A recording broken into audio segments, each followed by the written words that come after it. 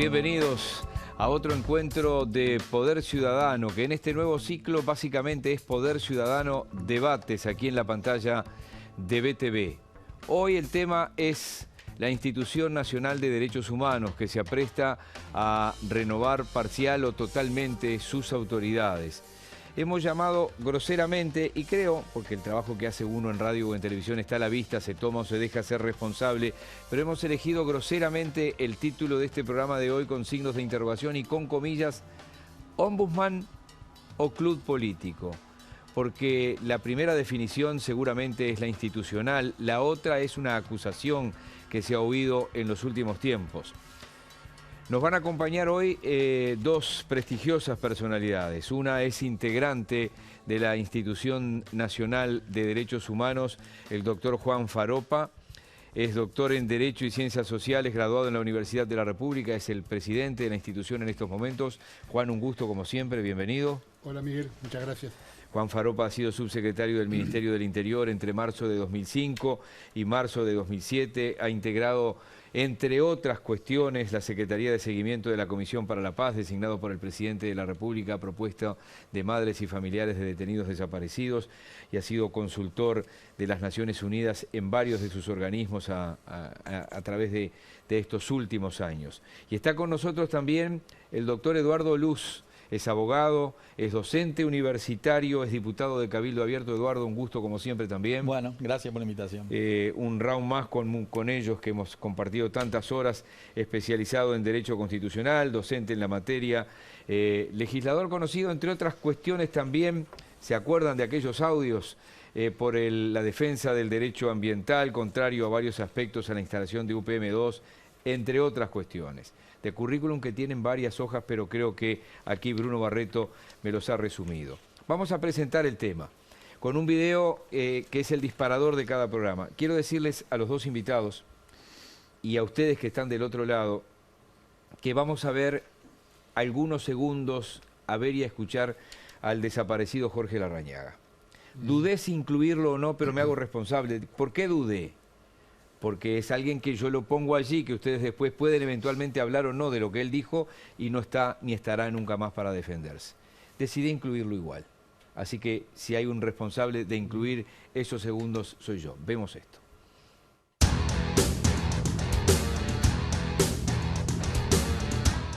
Aquí usted se enfrenta con un paquete de medidas, ¿verdad? Es un paquete que incluye una extensión de la legítima defensa a las fuerzas policiales, una ampliación de facultades a las fuerzas policiales nuevamente, más capacidad para llevar adelante detenciones, menos responsabilidades en cuanto al uso de la fuerza.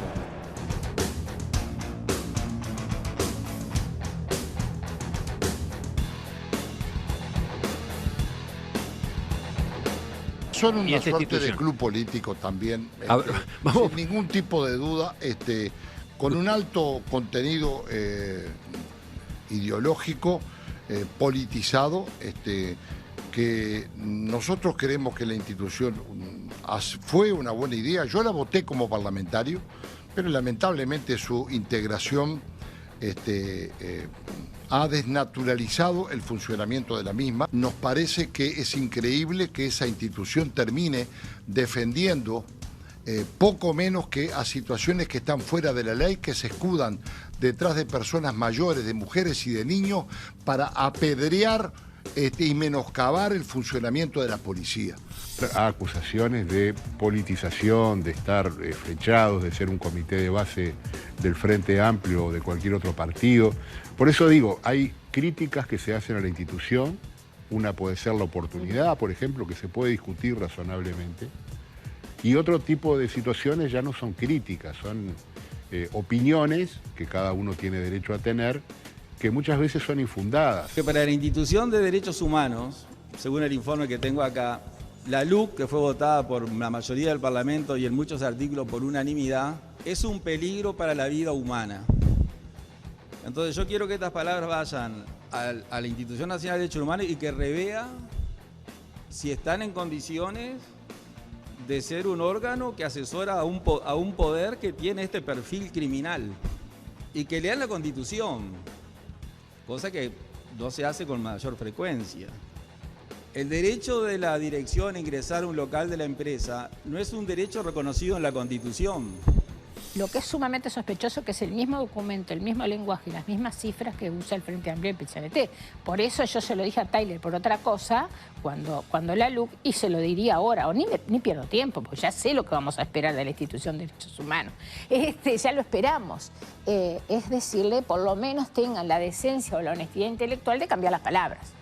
Y yo quería aclararte una cosa a ti, con respecto a los observatorios de tema de las persecuciones, existe en el Ministerio del Interior y existe en el Poder Judicial.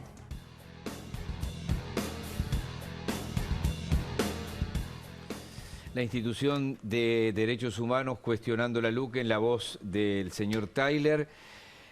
Una crítica furibunda de acusación de club política del desaparecido ministro y ex senador Jorge Larrañaga y otras voces que ustedes escuchaban, incluso la de los que están aquí presentes. Voy a comenzar por Juan Faropa. Esta ley 18.446 en el artículo primero dice: créase la Institución Nacional de Derechos Humanos como una institución del Poder Legislativo. Arranco por ahí. El diputado Luz dice que el Poder Legislativo no puede tener una institución, que esto ya la hacen hacer inconstitucional. Y ahí arranco. Bueno, en primer lugar es realmente un gusto poder compartir este espacio con el diputado Luz, porque creo que aporta este tipo de intercambio y el espacio que está generando el programa para poder discutir temas que son, desde mi punto de vista, de un interés importante para la institucionalidad, para el Estado de Derecho y para el buen funcionamiento del sistema democrático.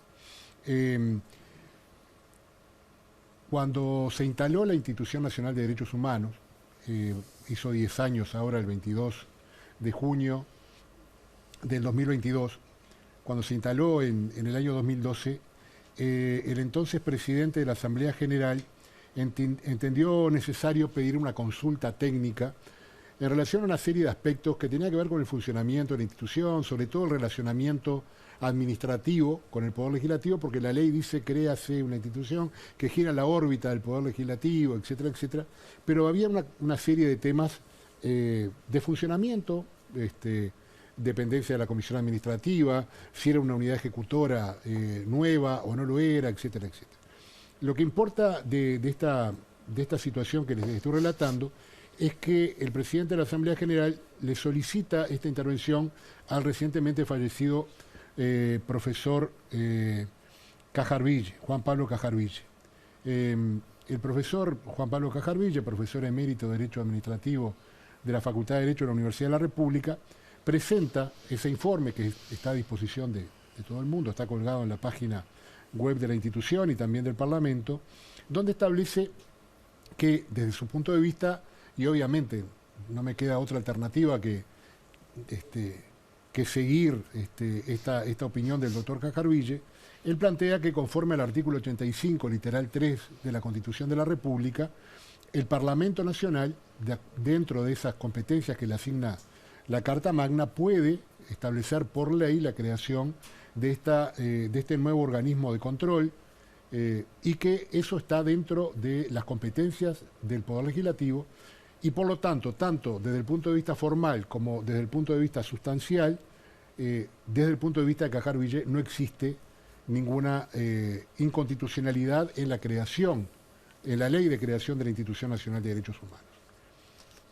Yo lo comparto la posición de Cajarville, más allá que además, bueno, también como docente de Derechos Humanos de la Facultad de Derecho, siempre me gusta agregarle una referencia a la posición doctrinaria que hace referencia a la existencia en nuestro país de lo que se llama un bloque de constitucionalidad que incluye los derechos humanos expresamente reconocidos en el texto constitucional como aquellos derechos que ingresan por los artículos 72 y 332 de la Constitución con jerarquía constitucional y que están consagrados en el derecho internacional de los derechos humanos, en aquellos instrumentos que Uruguay ha ratificado y que tienen que ver fundamentalmente con el reconocimiento de otros derechos y de otros principios que no están directamente consagrados a texto expreso en la Constitución. Voy a cerrar este primer bloque con el diputado Lust.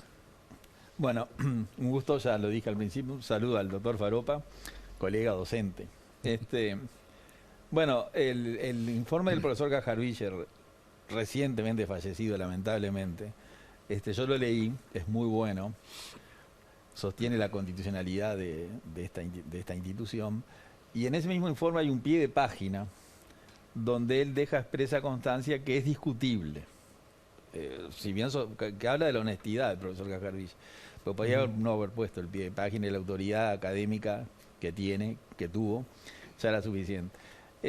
Yo sin perjuicio de eso, que claro, acá todo es constitucional hasta que la Suprema Corte lo declara, ¿no? Pero en el ámbito académico podemos permitirnos tener una opinión. Yo creo que la Asamblea General, el Poder Legislativo más bien, es un órgano de competencia cerrada. O sea, la competencia que no le dio la Constitución no se puede dar por ley, es mi opinión. El comisionado parlamentario también sería inconstitucional con este razonamiento. Entonces se crea una institución dentro del Poder Legislativo que formalmente, dejando de lado la bondad o no de la institución que puede tener una naturaleza jurídica distinta y estar fuera del Poder Legislativo. Pero en el Poder Legislativo yo entiendo que tiene ese vicio formal.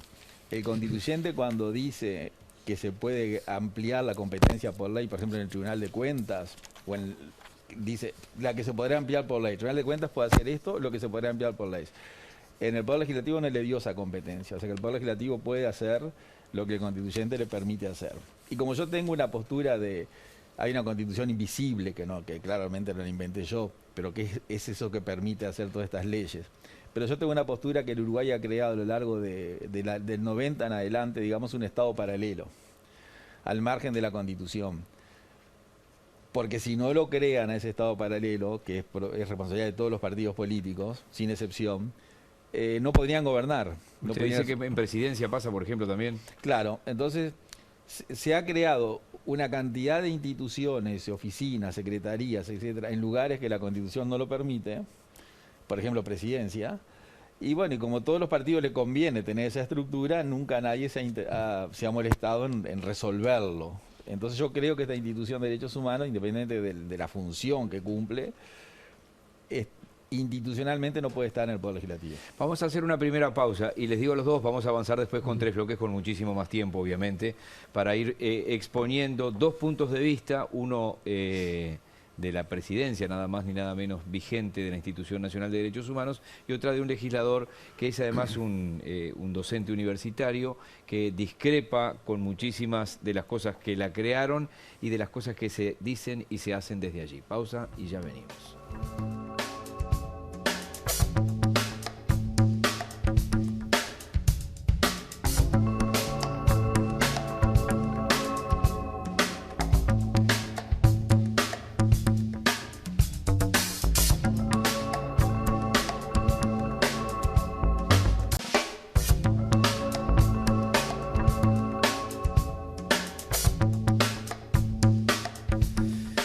Cuestiones muy breves porque además de BTV como canal hay empresas que hacen posible también este espacio. Entonces es momento de agradecer a la gente de Men's Factory y estamos hablando de la ropa, nada más ni nada menos.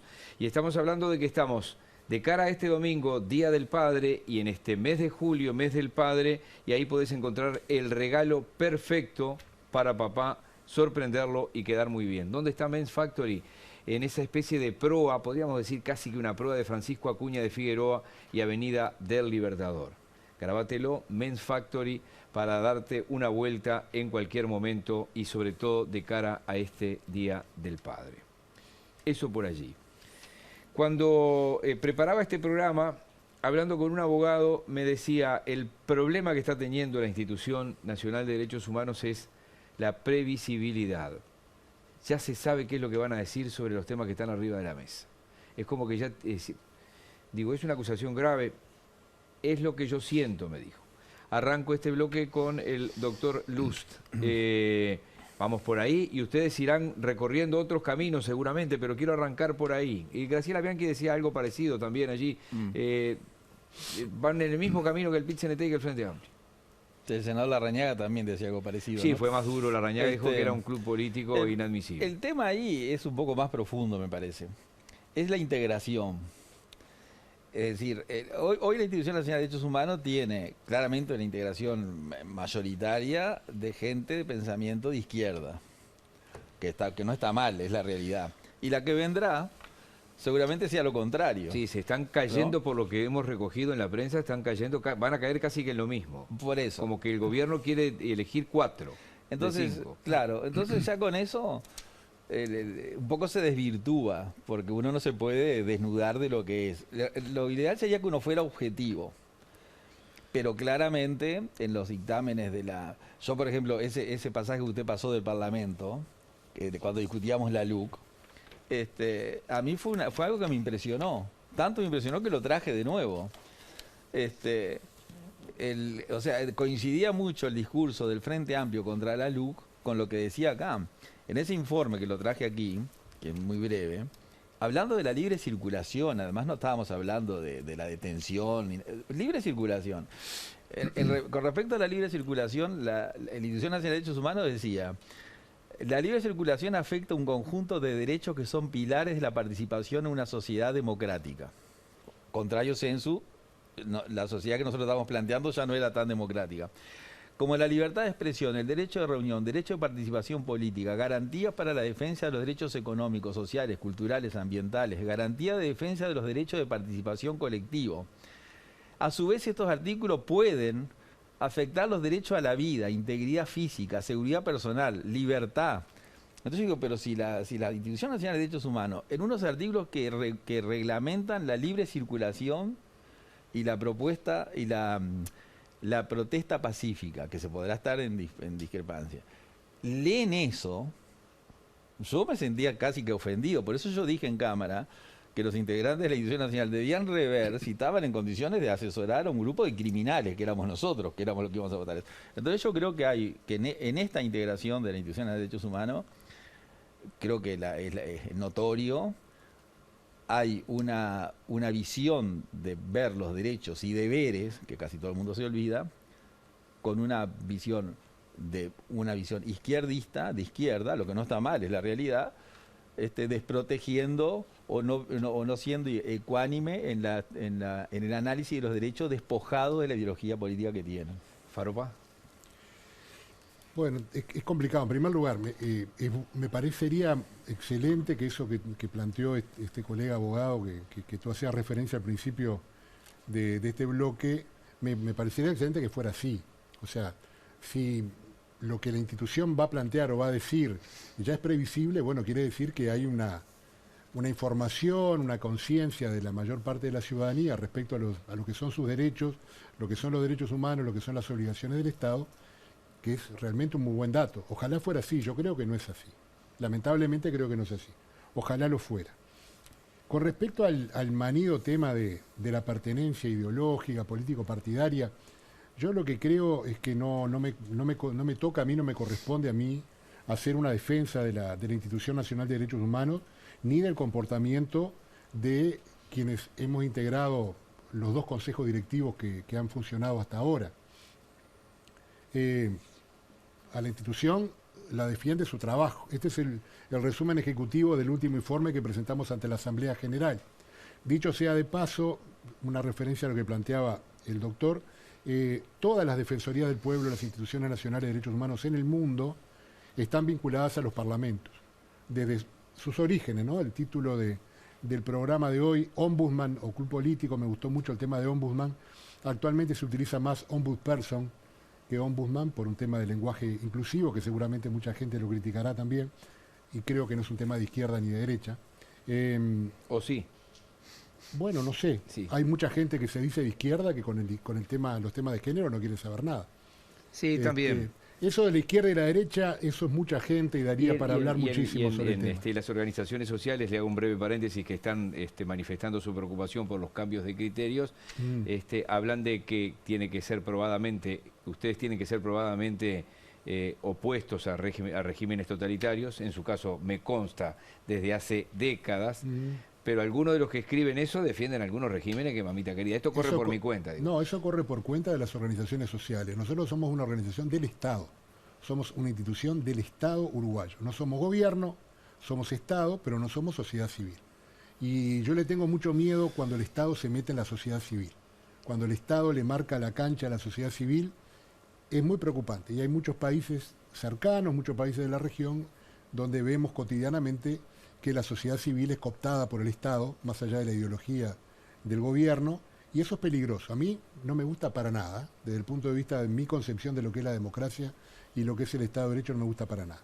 Pero decía entonces que el Ombudsman, o el Ombudsperson, las instituciones nacionales de derechos humanos, son instituciones, nuevas formas de control, como se les conoce, que informan al Parlamento, rinden cuentas ante el Parlamento.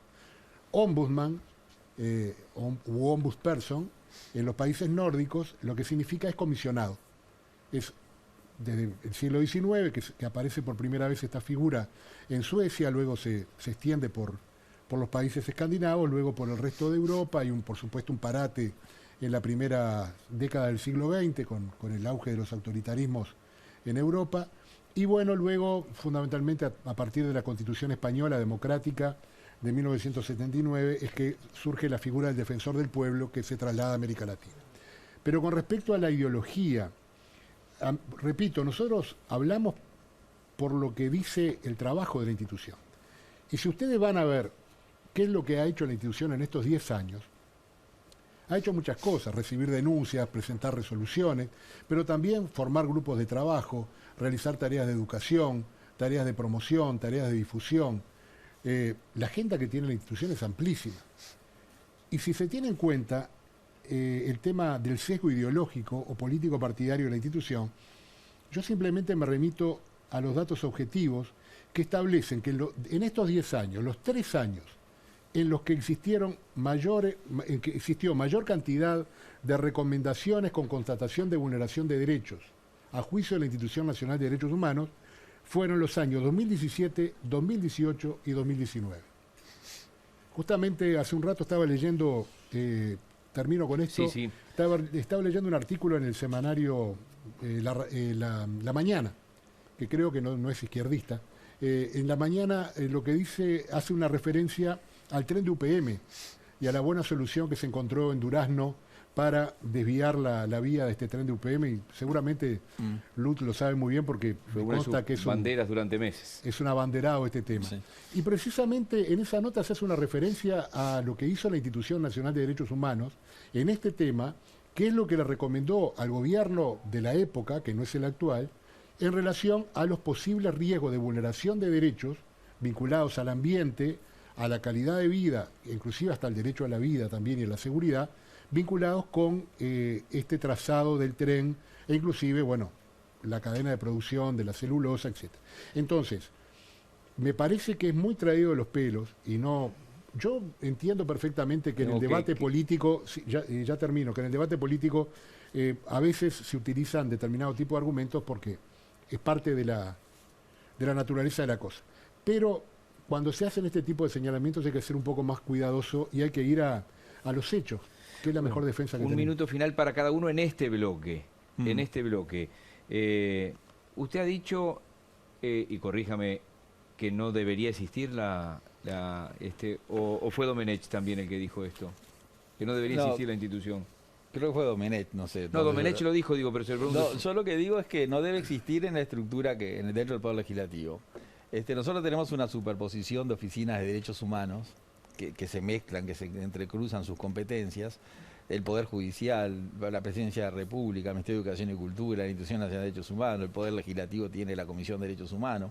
Los derechos humanos son muy importantes. Hasta el año 50 no había derechos humanos. Todo lo que hicieron en esas barbaridades que pasaban en la guerra, no había sanción. El problema que tienen los derechos humanos, que es lo que no tiene que ver con la institución ni mucho menos con el doctor Faropa, es que los derechos humanos en el mundo, ya en el planeta, vamos a decir correctamente, en los países de derecha, o en los países de izquierda, o en los países del centro, necesariamente siguen la ideología del gobierno.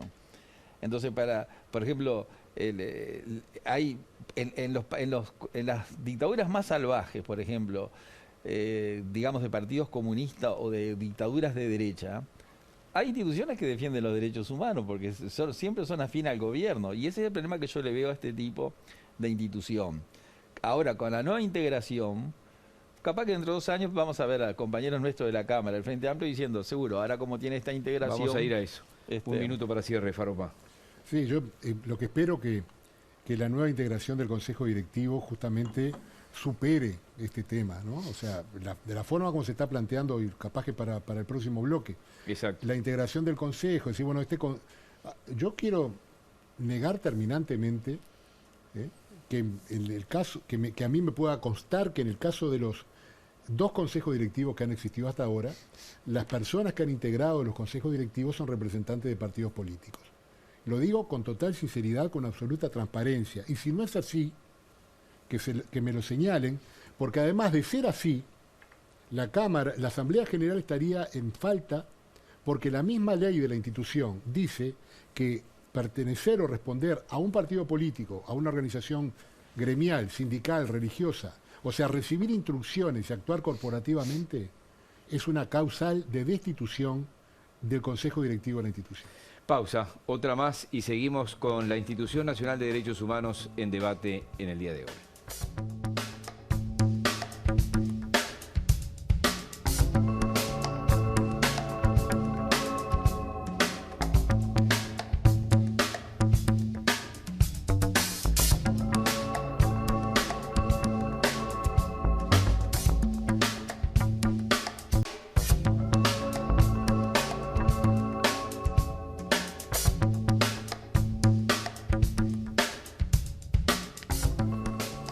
Me olvidé de pedirle a Guillermo Fernández, que es nuestro director, que grabara la pausa porque es mejor debate en la pausa que al aire.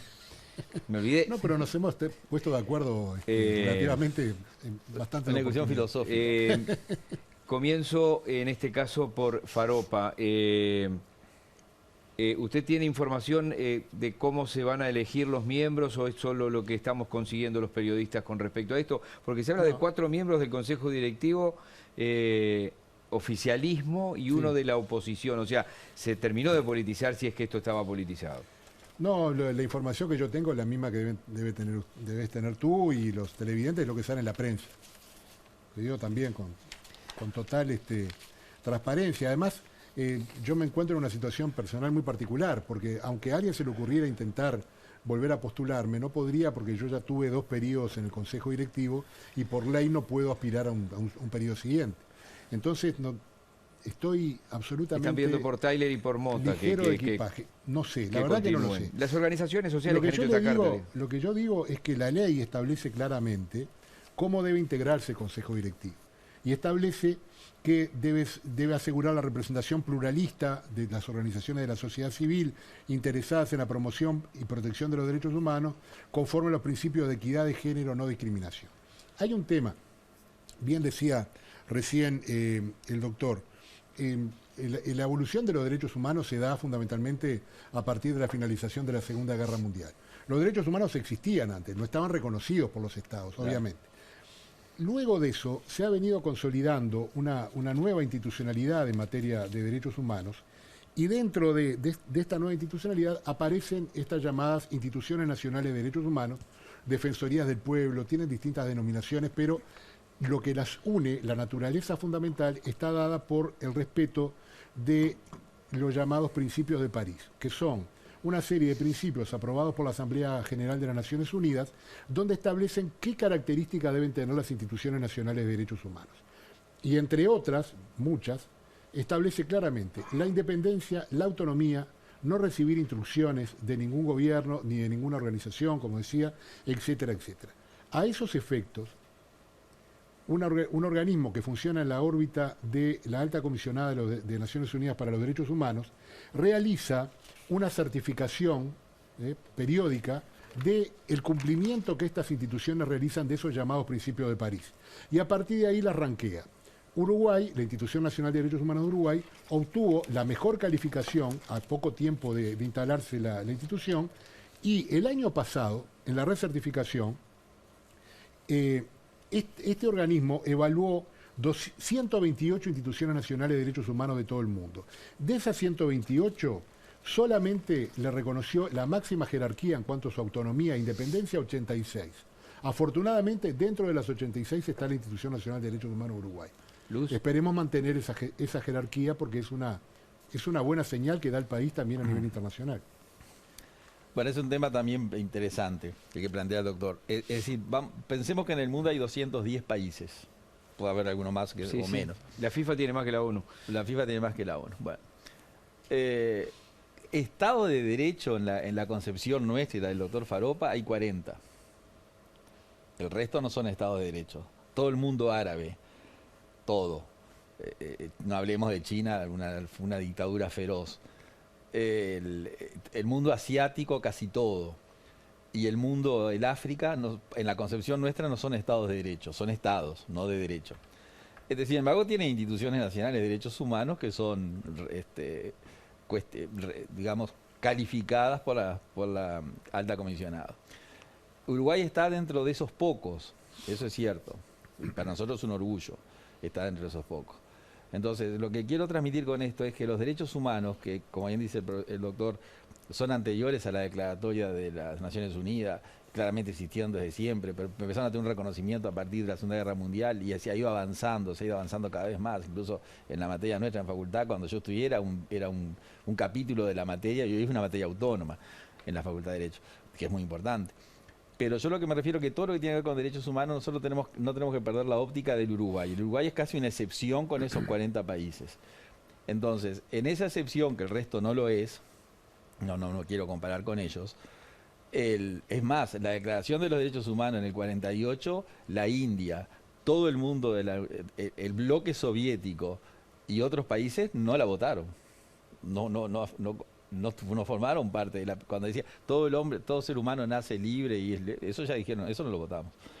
O sea que los derechos humanos hay que encajarlos donde corresponden. Entonces venimos al Uruguay. Y yo sí sostengo que en el Uruguay hay una multiplicidad de oficinas que defienden los derechos humanos, que están repartidas en todas las instituciones estatales, incluso municipales, departamentales, y que esta institución dentro del Poder Legislativo, lo reitero, me parece que no debería estar, hay informes jurídicos, además de Carjaville y de otros que dicen que el de Martín Rizzo, por ejemplo, que lo critica. Y además, en sus dictámenes, yo sostengo que ha tenido un sesgo político, es decir, político hacia a la ideología política del gobierno anterior, pero que eso es prácticamente imposible, sin embargo, sin perjuicio de la honestidad del doctor Faropa, imposible de despojarse, porque es la ideología que tienen sus miembros. Y ahora posiblemente pase lo mismo con la nueva institución, lo que es muy grave. Bien, pero bueno, es un problema humano. Para cerrar este bloque, voy con Faropa y después voy con usted.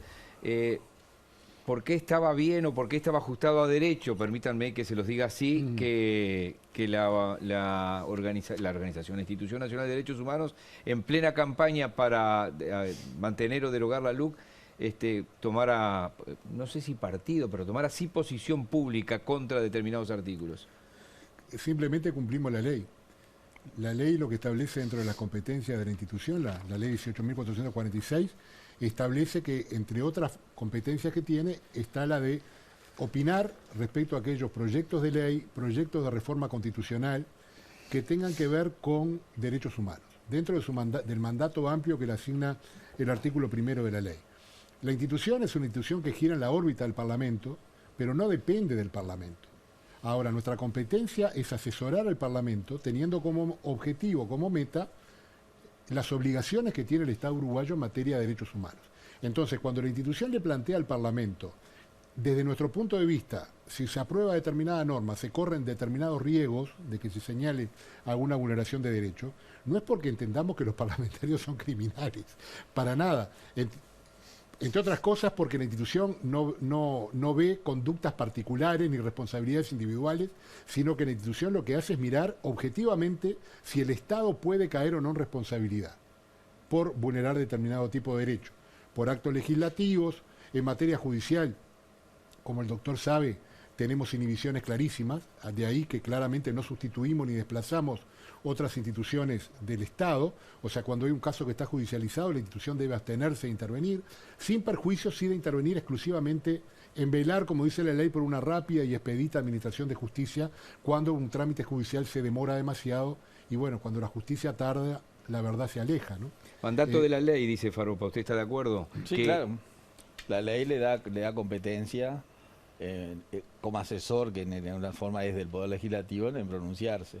¿Y cómo vio usted cuando algunos miembros, estaba Tyler allí, bueno, director hoy, se pronunciaba en contra de determinados artículos públicamente? Y bueno, pues yo veo que es un tema humano, no podía no decir otra cosa, porque pertenecen al Frente Amplio. Entonces eso no se pueden despojar. Lo ideal sería que se hubieran despojado, ¿no? Porque todo lo que se habló de la LUC, por eso yo sé que el doctor Falopa no lo acusa de criminal, pero prácticamente lo que decían del texto de la LUC era un estado policíaco, y pasaron más de 2 años, y me gustaría que la Institución Nacional de Derechos Humanos de oficio dijera, bueno, vamos a hacer un informe ahora, con la ley vigente, con la ley aplicada, y veamos cuántas violaciones de derechos humanos ocurrieron cuando nosotros anunciamos una cascada de violaciones de derechos humanos. Yo no digo ni que esté bien ni que esté mal, es un hecho objetivo.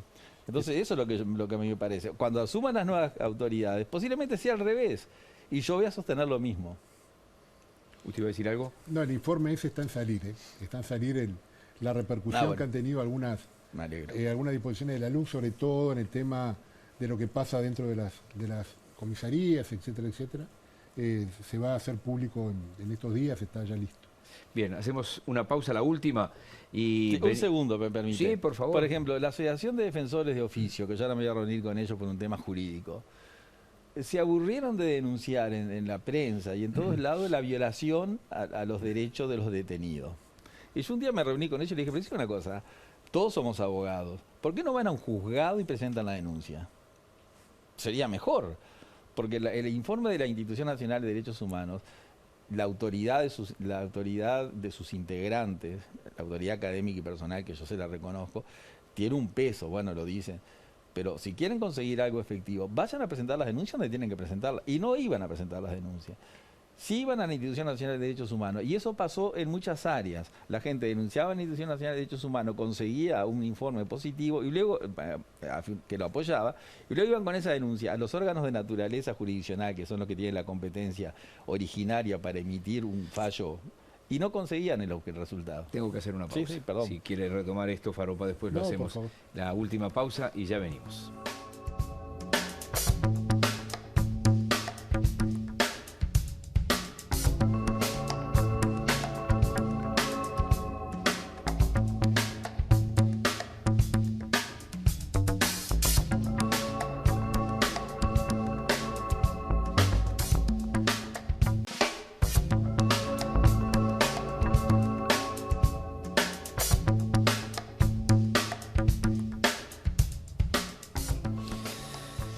Hay temas que son propiedad exclusiva de determinados ámbitos del pensamiento, y este último bloque lo comienza el diputado Luz.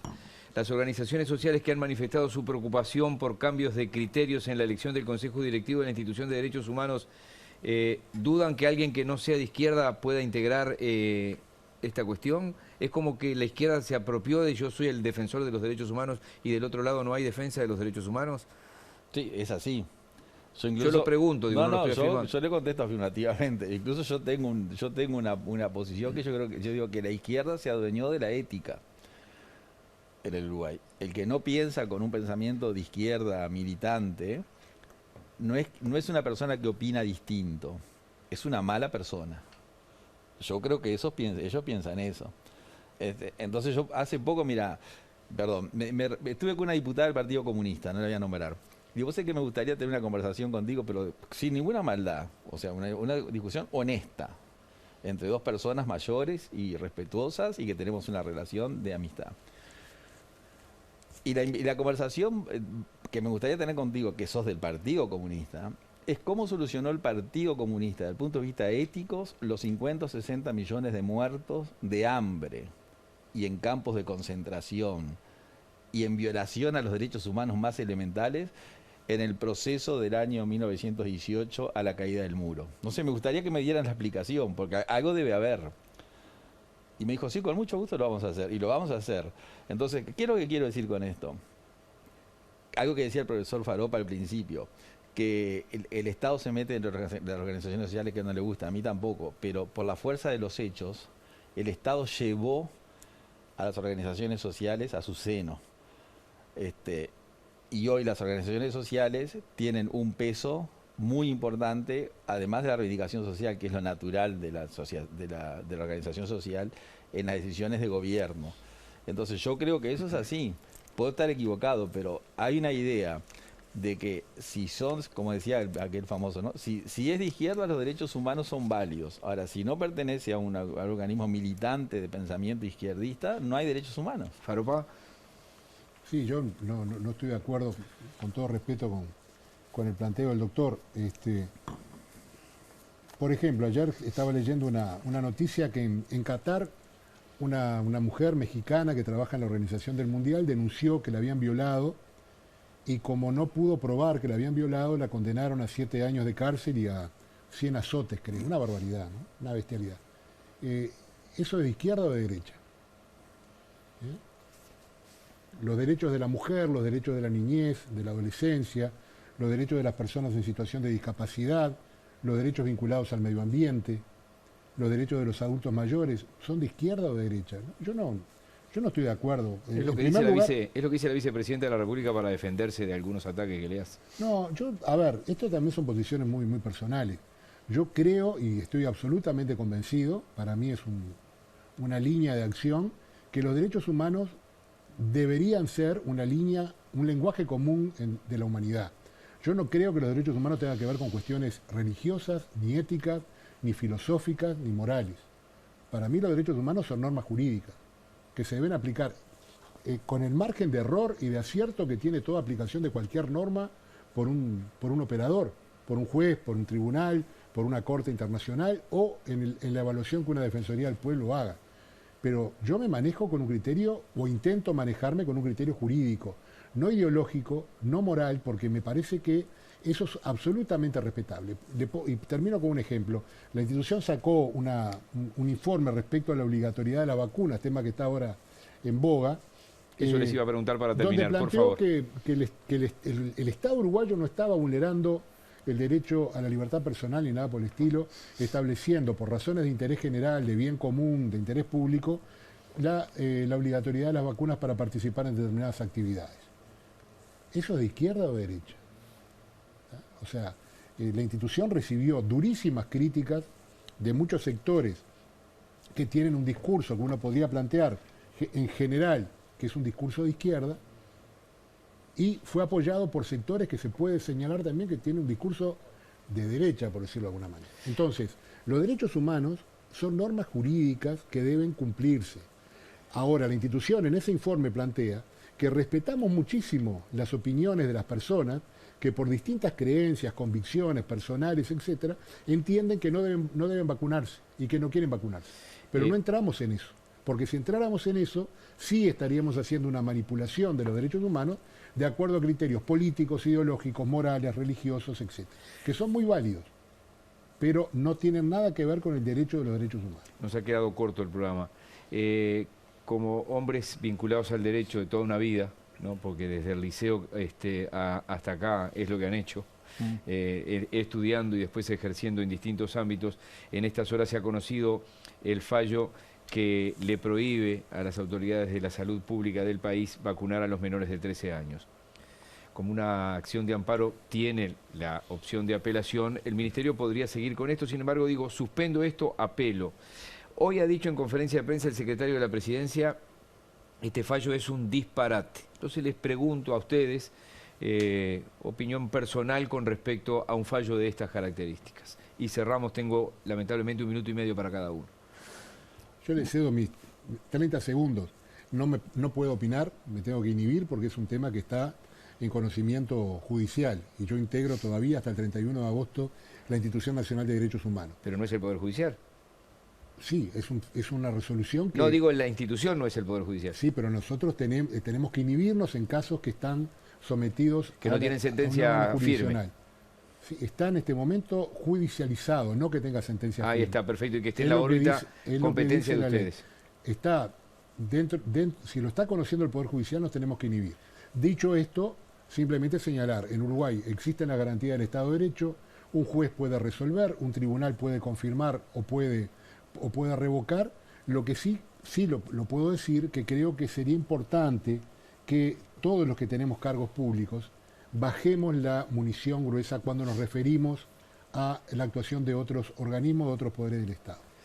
Luz, y cierro con usted. Bueno, lo que el doctor Farópara decía era correcto, es decir, ellos no pueden ingresar en un tema que esté en la órbita del Poder Judicial. Bueno, yo la sentencia no la vi, o sea, tengo la noticia de prensa porque fue ahora. El título, sí. Lo que le digo es que la particularidad que tiene el amparo, la sentencia no es definitiva, porque va a ir a un tribunal de apelaciones y ahí va a ser definitiva, porque no hay Suprema Corte. Pero la particularidad del amparo es que la sentencia de primera instancia, si bien no es definitiva, hay que aplicarla. Sí. O sea que el gobierno no puede seguir vacunando. Ah, no puede. No. Yo tenía entendido que podía seguir en una acción de amparo hasta que estuviera firme la sentencia. Tiene que pararlo automáticamente. Tiene que pararlo, pero los plazos son muy breves. Mire que ahora hay 4 días creo que hay ahora. 3 días para presentar el recurso. Y 4 para el tribunal. El juez le da traslado por 3 días a la otra parte, lo sube al tribunal de apelaciones, que tiene 4 días. O sea que el 25 de julio se va a resolver. Y esa sentencia va a ser la definitiva. Por lo tanto, formalmente habrá que correr habrá que recorrer los caminos. Lo tengo que sacar de la parte técnica. Cuando dice Delgado, esto es un disparate, ¿usted qué opina de un fallo de estas características? Prohibir la vacunación. Bueno, yo no vi el fallo, pero creo que un secretario de Presidencia puede decir, yo no estoy de acuerdo, no comparto, no acompaño, por argumentos sólidos que tiene la Presidencia. Tiene argumentos. Y en 24 horas un juez puede resolver, que no es un científico, que es nociva una vacunación con algunos elementos ahí arriba de la mesa o alguna publicación internacional. Ese es un tema propio del magistrado. Yo le digo honestamente, hoy de mañana me hicieron una consulta periodística y cuando me enteré que a las 9 de la mañana el Poder Ejecutivo iba a presentar 18 o 20 preguntas, dije, el juez se va a tomar el tiempo que tiene para dictar la sentencia. No pensé que la dictara tan rápidamente a esa sentencia. Para mí la tenía escrita desde antes de empezar el juicio, pero es una opinión mía nada más. Sí, no, eso no sé, pero lo que le digo es que y muchas veces los jueces de amparo rechazan la acción de amparo diciendo, esta materia es materia de amparo. El actor que la presenta tiene legitimidad para hacerlo, pero es tan inmenso el tema que los plazos procesales no me permiten resolverlo. Pero calificaba la sentencia de disparate, no estoy de acuerdo. Se podrá estar en desacuerdo o de acuerdo con la sentencia, pero no calificarla ahí porque parece que se me fue un poco agredir al Poder Judicial.